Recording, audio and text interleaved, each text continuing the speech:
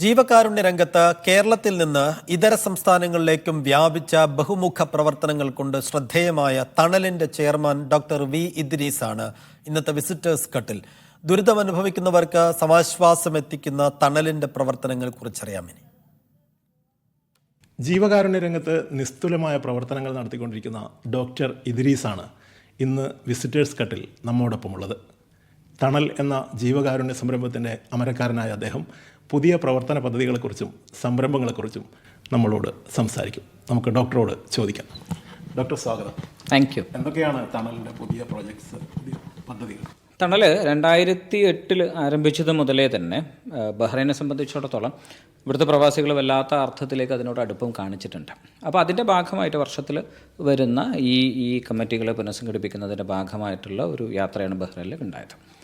തണലിനെ സംബന്ധിച്ചിടത്തോളം ഈ 15 വർഷക്കാലത്തെ പ്രവർത്തനം ഇന്ന് ഏകദേശം 14ഓളം സംസ്ഥാനങ്ങളിലായിട്ട് 530 കേന്ദ്രങ്ങളിലായിട്ട് ഒരേ സമയത്ത് 2 ലക്ഷത്തോളം മനുഷ്യർക്ക് ഏതോ തലത്തിൽ തണലായി മാറിക്കൊണ്ടിരിക്കുകയാണ്. വല്ലാത്ത അർത്ഥത്തിൽ ഒരു 10,000-ലധികം വരുന്ന വോളണ്ടിയേഴ്സിനെ ഉപയോഗപ്പെടുത്തിക്കൊണ്ട് അവരുടെ ജീവിതത്തിൽ, അത് ഡയാലിസിസ് ആവട്ടെ, ഭിന്നശേഷിക്കാരായ മക്കളുടെ വിഷയത്തിലാവട്ടെ, തെരുവിൽ ജീവിക്കുന്ന മനുഷ്യരുടെ ഭക്ഷണമാവട്ടെ, അവർക്കുള്ള കിണറും കുടിവെള്ളം ആവട്ടെ, കിടപ്പിലായ മനുഷ്യരാവട്ടെ, മാനസിക പ്രയാസമുള്ള ആളുകളുടെ ആവട്ടെ, അങ്ങനെ സൈഡ് ലൈൻ ചെയ്യപ്പെട്ട ഏതൊക്കെയോ അർത്ഥത്തിൽ പാർശ്വവൽക്കരിക്കപ്പെട്ട അസുഖം കാരണമോ പട്ടിണി കാരണമോ പ്രയാസങ്ങളോ കാരണമുള്ള ആ മനുഷ്യരെ അവരെ ഒന്ന് ചേർത്ത് നിർത്തിക്കൊണ്ട് ദൈവം തന്ന അനുഗ്രഹം ആ മനുഷ്യർക്ക് കൂടി വീതിച്ചു കൊടുക്കുന്ന ഒരു പ്രവർത്തനം, അത് ദൈവത്തിൻ്റെ സഹായം കൊണ്ട് ഇത്തരത്തിലുള്ള മനുഷ്യരുടെയൊക്കെ സഹായങ്ങൾ കൊണ്ട് വളരെ വൃത്തിയായിട്ട് തന്നെ മുന്നോട്ടേക്ക് പോകുന്നു. ഹങ്കർ ഫ്രീ വേൾഡ്, വിശപ്പില്ലാത്ത ലോകം എന്ന തണലിൻ്റെ ഒരു സ്വപ്നം, ആ സ്വപ്നം സഫലീകരിക്കാൻ വേണ്ടി എന്തൊക്കെ പദ്ധതികളാണ് തണൽ ആവിഷ്കരിച്ചിരിക്കുന്നത്?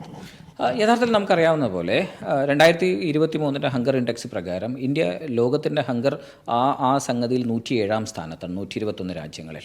ലോകത്തിലെ 84 കോടി പട്ടിണിക്കാരിൽ ഏകദേശം 24% ജീവിക്കുന്നത് നമ്മുടെ രാജ്യത്താണ്.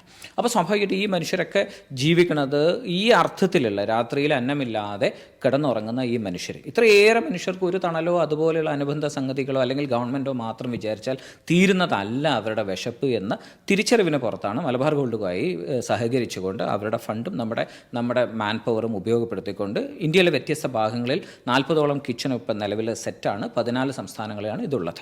അവിടെ നിന്ന് ചിലർക്ക് ബ്രേക്ക്ഫാസ്റ്റ് ആണെങ്കിൽ ചിലർക്ക് ലഞ്ചാണ്, ചിലർക്ക് ഡിന്നർ, ഒരു ദിനം ഒരു നേരത്തെ അന്നം അവർക്ക് കുക്ക്ഡ് ആയിട്ടുള്ള ഫുഡ് അവർക്ക് കൊടുക്കുക എന്നുള്ളൊരു ഉദ്ദേശം. അപ്പോൾ സ്വാഭാവികമായിട്ടും നമ്മുടെ അടുക്കളയിൽ നിന്ന് ഭക്ഷണം പാകം ചെയ്യുന്നു, അതിൻ്റെ ഫണ്ട് മലബാർ ഗോൾഡ് നൽകുന്നു. ഈ ഫുഡുമായിട്ട് നമ്മുടെ ആളുകൾ തെരുവിലേക്ക് പോകുന്നു, അവർക്ക് അന്നം കൊടുക്കുന്നു. വെറുതെ അന്നം കൊടുത്ത് തിരിച്ചു വരിക എന്നതിനപ്പുറത്തേക്ക് അവ എന്തുകൊണ്ട് തെരുവിലെത്തി എന്നുള്ളത് അവർ MSWക്കാരെയും സൈക്കോളജിസ്റ്റിനെയൊക്കെ ഉപയോഗപ്പെടുത്തിയിട്ട് അവരെ സംഗതി നോക്കുന്നു. തണൽ കേരളത്തിന് പുറത്തേക്ക് മറ്റ് സംസ്ഥാനങ്ങളിലേക്കും വ്യാപിക്കുന്ന വലിയൊരു ജീവകാരുണ്യ പ്രസ്ഥാനമായി വിശാലമായി വികസിക്കുകയാണ്. എന്തൊക്കെയാണ് കേരളത്തിന് പുറത്തുള്ള മറ്റ് സംസ്ഥാനങ്ങളിലെ പദ്ധതികൾ?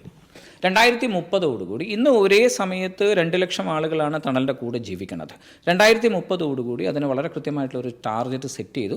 ഒരേ സമയത്ത് 1 മില്യൺ 10 ലക്ഷം ആളുകൾ ഇതിൻ്റെ കൂടെ ജീവിക്കുന്ന ഒരവസ്ഥ. അപ്പോൾ സ്വാഭാവികമായിട്ടും കേരളത്തിന് പുറത്ത് പ്ലാൻ ചെയ്തിട്ടുള്ളത് വ്യത്യസ്തങ്ങളായിട്ടുള്ള എല്ലാ മെട്രോസിലും മൊത്തമായിട്ട് 2030 150 പുതിയ ഡയാലിസിസ് കേന്ദ്രങ്ങൾ, അതുപോലെ തന്നെ ഓരോ പ്രദേശം ഈ മൈക്രോ ലേണിംഗ് സെൻറ്റർ വഴി ഒരേ സമയത്ത് 6 ലക്ഷത്തോളം കുട്ടികൾ ജീവിതത്തിലേക്ക് തിരികെ വരുന്ന പ്രോഗ്രാം.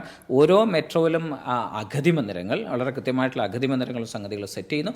അതിൻ്റെ കൂടെ കമ്മ്യൂണിറ്റി സൈക്യാട്രി, അവിടെ വെച്ച് തന്നെ മാനസിക രോഗികളെ തെരുവിൽ വെച്ച് തന്നെ ചികിത്സിച്ച്. അപ്പം കേരളത്തിന് പുറത്ത് പ്രധാനമായിട്ടും ചെയ്യുന്നത് എല്ലാ അർത്ഥത്തിലും പാർശ്വവൽക്കരിക്കപ്പെട്ട ആ സമൂഹം, അത്തരമൊരു സമൂഹം എന്ന് പറയുമ്പോൾ നമുക്കറിയാവുന്നതുപോലെ മുകളിൽ ആകാശവും താഴെ ഭൂമിയും മാത്രമായിട്ട് ജീവിക്കുന്ന ലക്ഷക്കണക്കിന് മനുഷ്യരുണ്ട്. ആ മനുഷ്യരുടെ വിഷയത്തിലാണ് മറ്റുള്ള ആളുകൾക്കൊക്കെ വേണ്ടി ചോദിക്കാനും വാദിക്കാനും ആളുകൾ ഉണ്ടാവുന്നത് കൊണ്ട് തന്നെ ഈ മനുഷ്യർക്ക് വേണ്ടി അത്തരം സംഗതികളൊന്നും ലഭ്യമല്ലാത്തതുകൊണ്ട് ഇവരുടെ വിഷയത്തിലാണ് പ്രധാനമായിട്ടും കേരളത്തിന് പുറത്ത് തണൽ ഇടപെടുന്നത്. കേരളത്തിലുള്ള വ്യത്യസ്തങ്ങളായിട്ടുള്ള മുഴുവൻ പ്രോജക്റ്റും കേരളത്തിന് പുറത്തില്ല, പക്ഷേ കേരളത്തിൻ്റെ പുറത്ത് കുറേ കൂടി ഫോക്കസ്ഡാണ്.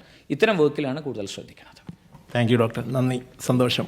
തണലിൻ്റെ പുതിയ പദ്ധതികൾ വിശദീകരിച്ചതിനും മീഡിയ വണിനോടൊത്ത് അല്പസമയം ചെലവഴിച്ചതിനും താങ്ക് യു.